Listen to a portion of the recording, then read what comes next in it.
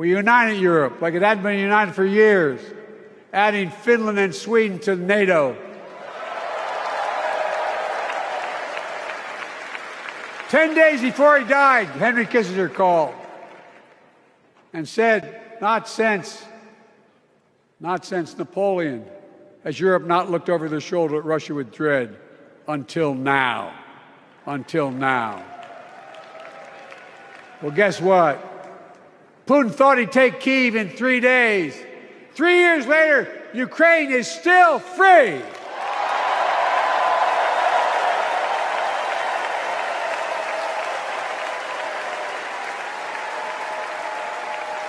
This is my video update on this Tuesday afternoon, August the 20th. Let's talk about some news. Right now, I am at the Tomb of Kings in Paphos, Cyprus. And we are going to talk about the king himself, President Joe Biden. Yes, Joe Biden.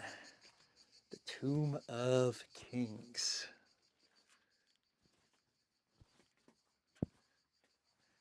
So Biden, he gave his speech at the Dems convention, his farewell address. That was Biden's farewell speech. I think he spoke for a full hour, Professor Biden.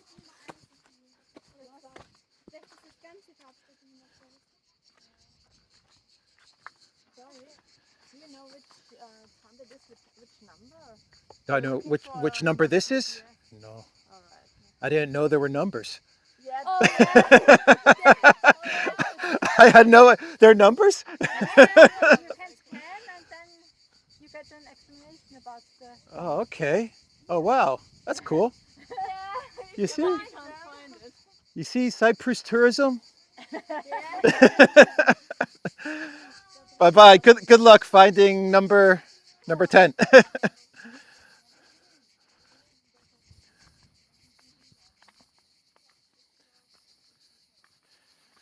So yeah, Biden said in his speech that he loves the job of being president, but he loves his country even more, and that is why he stepped aside and let Kamala take over in order to prevent Trump from winning in November.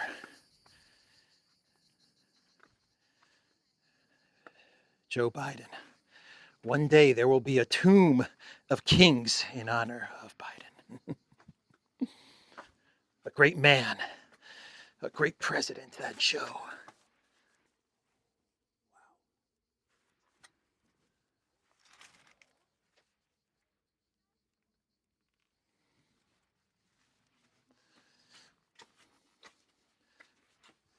So all jokes aside, Biden was, according to Politico, was given a thunderous ovation. To the president they dethroned. That is the title from Politico. A thunderous ovation to the president they dethroned. Oh boy.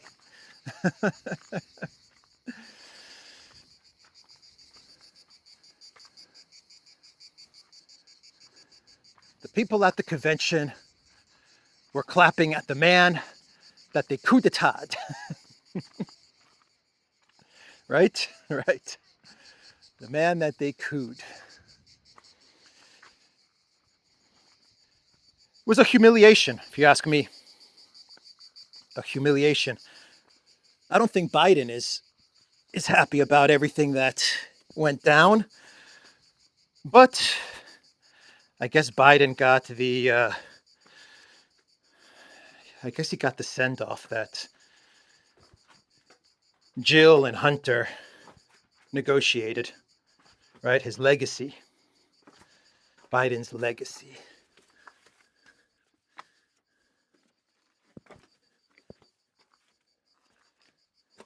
And when his speech was done, he handed over the leadership of the party to Kamala Harris. Let's see what Politico says here. The president used one of his final opportunities to address a major national audience to highlight his record and tout Kamala Harris as his successor. Coup is now officially complete. Finito.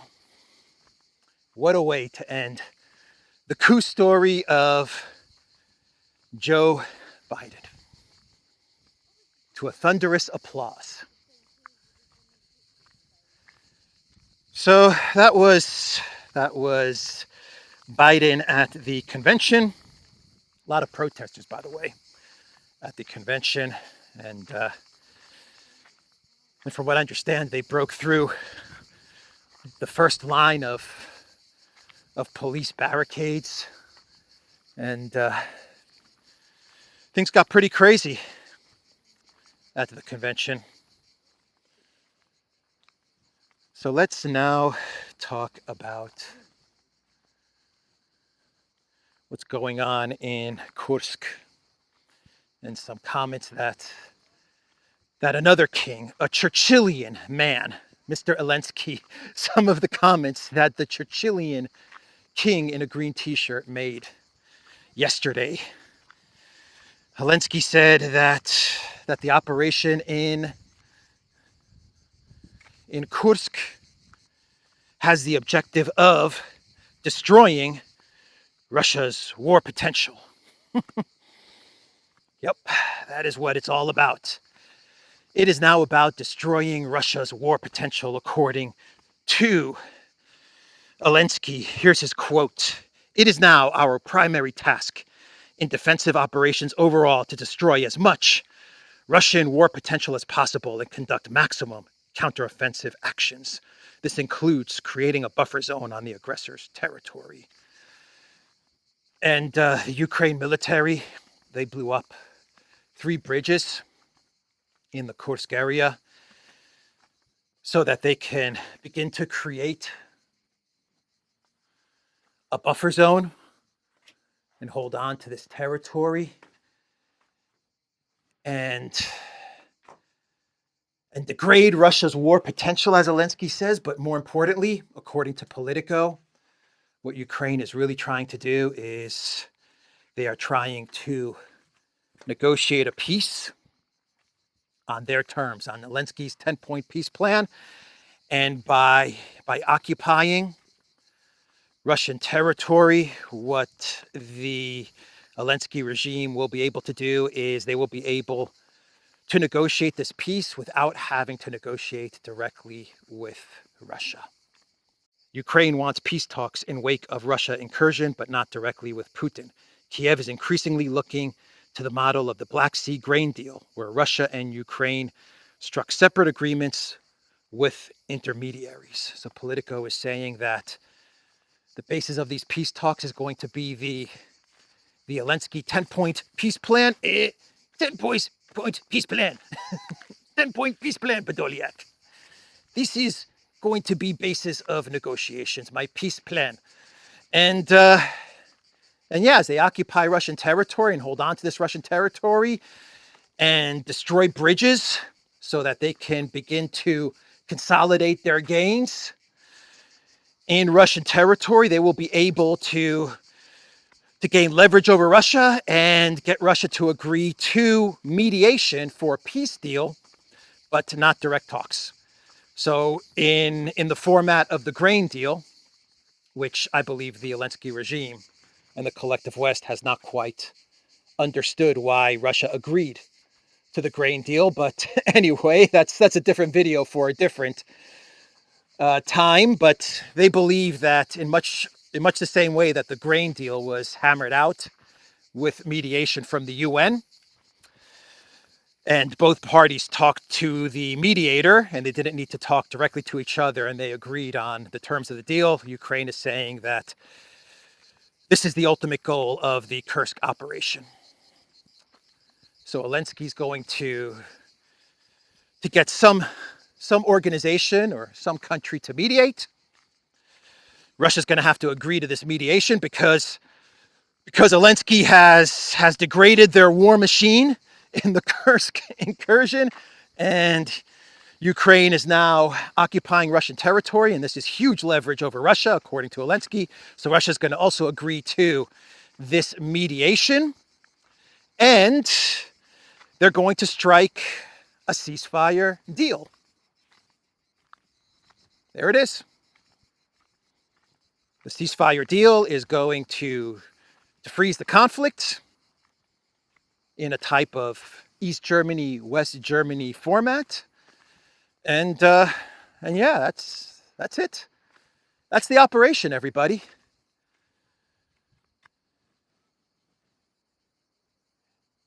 And people thought that Elensky wasn't a brilliant military strategist. Elensky is the brilliant military strategist of our generation. Oh, man. What a dumb idea, the Kursk incursion. And what a bunch of dumb stories and different narratives that they're throwing out there just so they could avoid telling the truth of what the entire operation was about, which was to threaten a nuclear power plant. So now they're just spinning tall tale after tall tale. And people are believing it. There are people that do believe these fantasies that Elensky throws out there. Compliments, courtesy of the scriptwriters in Hollywood and in DC and New York, London, wherever those scriptwriters may be. So Pavel, the president of Czechia, he said that Ukraine can enter NATO even if Ukraine is split apart. If there's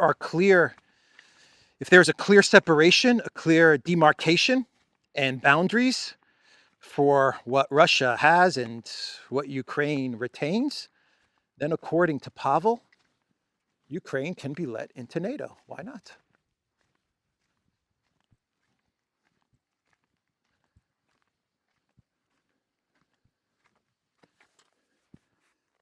I think that Pavel doesn't quite understand how NATO works because NATO does not.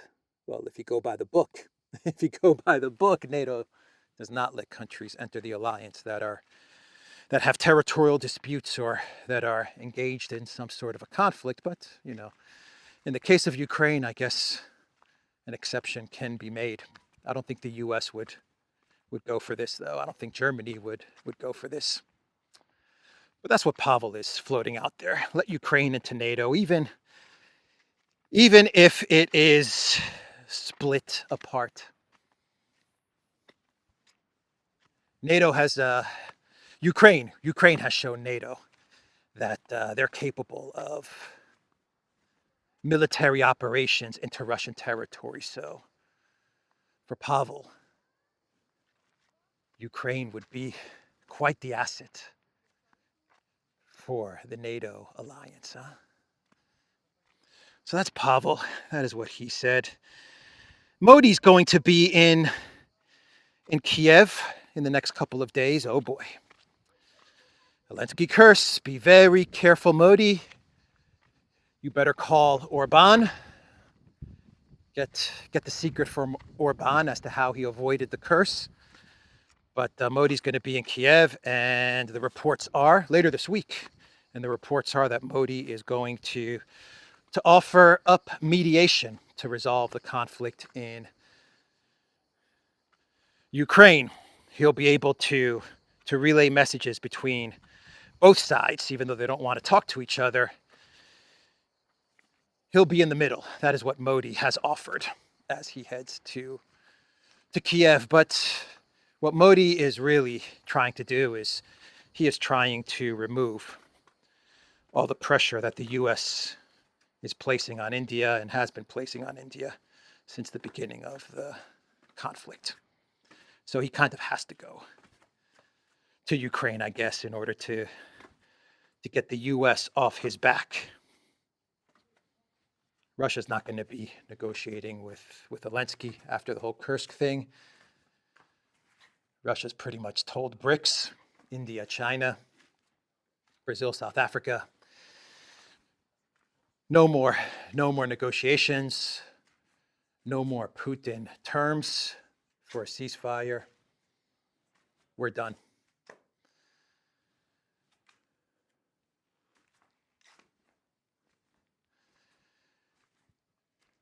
So that's Modi's trip.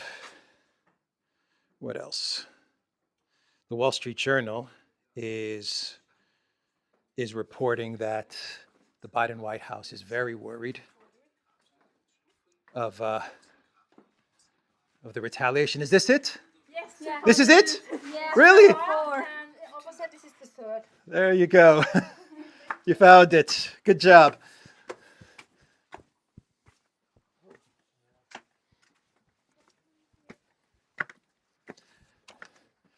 Tomb Entrance 4. Yeah. Tomb Raider. So what was I saying? Yeah, the Wall Street Journal. They're talking about, this is tomb number 3. They are talking about how the Biden White House is really worried about a big Russian retaliation after Kursk. Yeah, that's what's going to happen.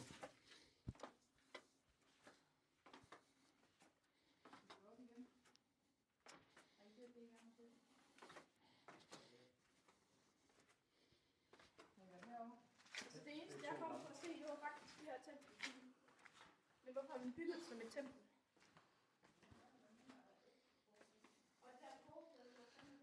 Bro, this place is so cool. It really is cool. I almost don't want to talk about news. I just want to kind of go around here and check things out. Wow. I'm feeling like Indiana Jones. Oh my God, it's hot. So that's what the Wall Street Journal is reporting. I don't really think I have anything to comment there, but yeah, absolutely, there's going to be a retaliation. No doubt about it. And it's going to be a big one. And it's going to be at a time in choosing of Moscow, of Russia. And you know, they've been calling the Elensky regime criminal, a criminal junta, a criminal gang is what Patrushev called them the other day. So you know that this retaliation is going to be pretty devastating. That would be my guess.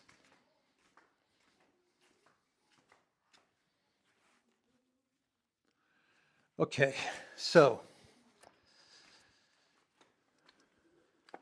one more story. 2 more stories, then we'll get to my clown world. How about that Italian journalist that interviewed the NAZI guy? He was wearing an NAZI cap, and he apologized. He said, "I'm sorry for interviewing an NAZI," and then he talked about how his grandfather or father or whatever was fought in World War II, was a partisan during World War II. I don't know, something like that. And he doesn't like NAZIs, but he supports Ukraine. The Italian journalist said he supports Ukraine to the full. And he's blaming Russia, actually. This guy doesn't know that he's interviewing an NAZI guy. He doesn't see his hat, the insignia, doesn't recognize that it's Mustache Man related.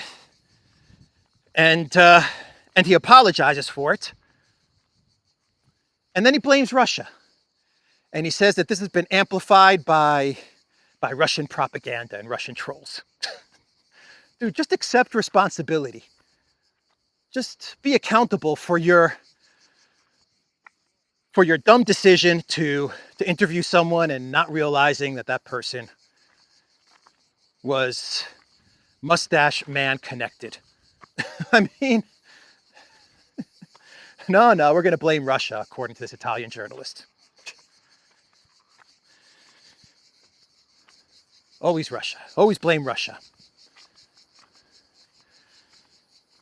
And finally, since we're talking about blaming Russia, there was a point in time when Nordstream was blamed on Russia, but now we've come to the understanding that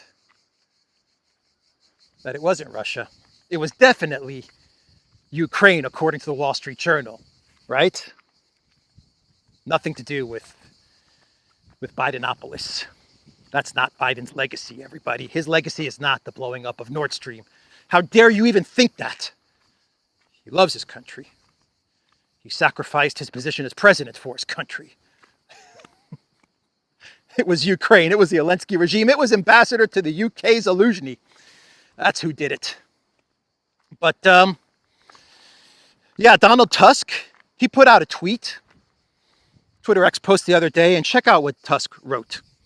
To all the initiators and patrons of Nord Stream 1 and 2, the only thing you should do today about it is apologize and keep quiet. This is after the ex-German spy chief said that Poland colluded with Ukraine to blow up Nord Stream.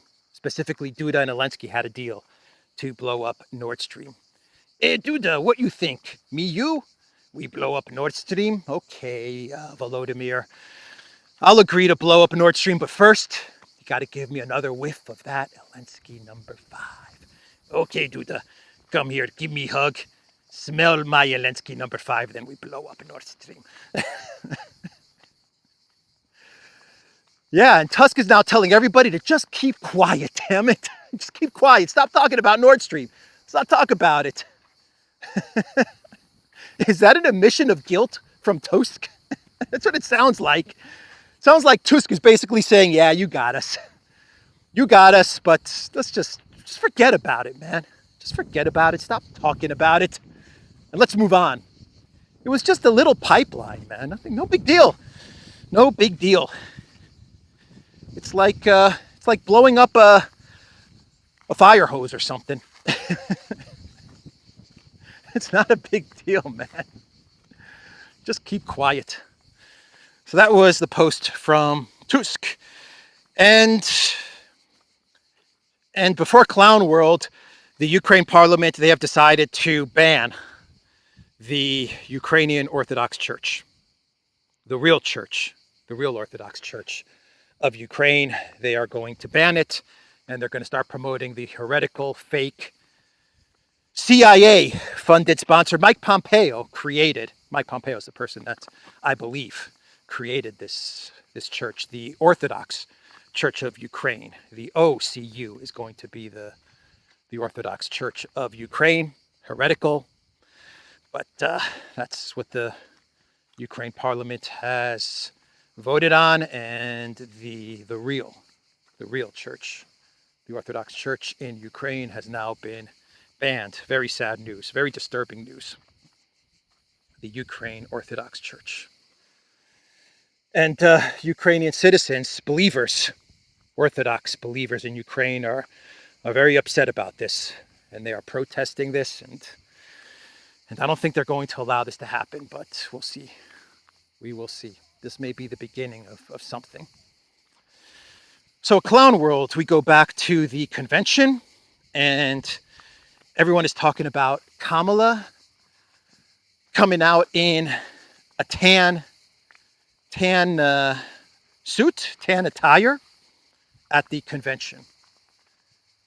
And some people are saying her dress at the convention was inappropriate to be wearing a tan outfit. Though I believe the Guardian and some people in the Democrat Party, they are saying that this was actually not a tan color. This was a camel colored outfit. Okay. But yeah, some people are saying this is inappropriate. Other people are saying that this is a brilliant mastermind PR move from Kamala to troll the Republicans, because when Obama was president, he famously wore a tan suit, and Republicans flipped out because a president of the United States should not be wearing tan suits. And this was Kamala's way of trolling the Republicans. also signifying that you could look at it as a way of her signifying that she is indeed part of the Obama clan, the Obama family. Obama is her patron, her sponsor. You could see it like that as well if you go with the whole, she wore a tan suit because Obama wore a tan suit when he was president. So anyway, that is the clown world. Everyone's talking about what Kamala wore. That's the video, everybody. TheDuran.locals.com. We are on Rumble, Odyssey, BitChute, Telegram, Rockfin, and Twitter X. And go to the Duran shop. Pick up some merch like this hat that I have on today, or maybe a reverse gear t-shirt that I am wearing here at the Tomb of Kings. Take care.